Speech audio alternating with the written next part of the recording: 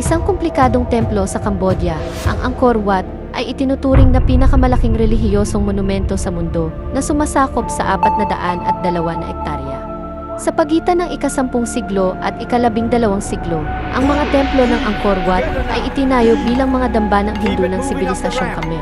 Kinakatawan nila ang isa sa mga pinakanakamamangha at nagtatagal na gawang arkitektura ng sangkatauhan. Matapos ang isang serye ng digmaan, ang mga templo ay malawak na inabandona hanggang sa lumipat ang mga mongheng Budista. Nagdagdag ng mga rebulto ni Buddha at kalaunan ay ikinombert ang buong pasilidad.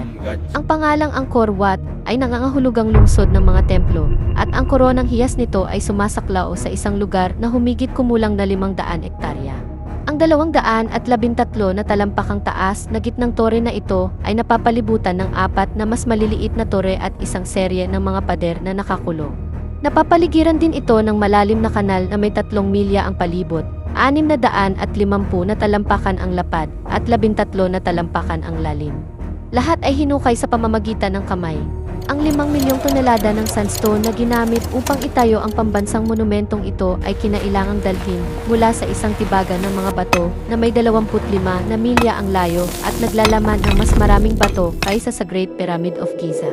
Noong kalagitnaan ng ika-19 na siglo, nakatulong ang French explorer na si Henry Mouhot na sumikat ang Angkor Wat sa bandang kanluran sa pamamagitan ng paglalathala ng salaysay ng kanyang pagbisita. Sumulat siya, ang isa sa mga templong ito na karibal ng kay Solomon at itinayo ng ilang sinaunang Michelangelo ay maaaring magkaroon ng isang marangal na pwesto sa tabi ng aming pinakamagagandang gusali. Ito ay mas ingrande kaysa sa anumang iniwan sa atin ng Gresya o Roma. Maraming Kristiyano ang nagtaka kung kailan muling itatayo ang templo ng mga Hudyo.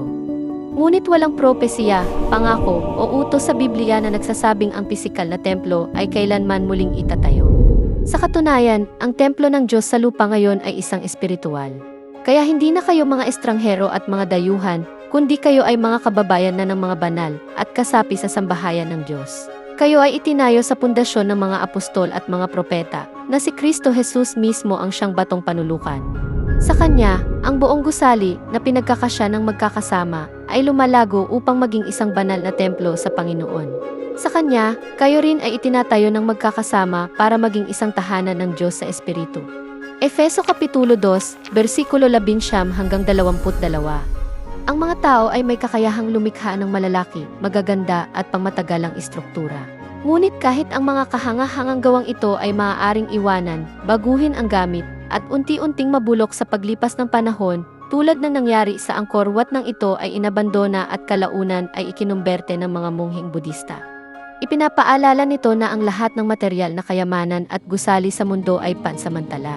Mula sa pagiging estranghero at mga dayuhan, na dati ay walang pag-asa at tipan, lahat ng tumanggap kay Kristo sa pananampalataya ay mapapabilang sa kanyang espiritual na bayan na may karapatan maging kabahagi sa kanyang ibinigay na pangako.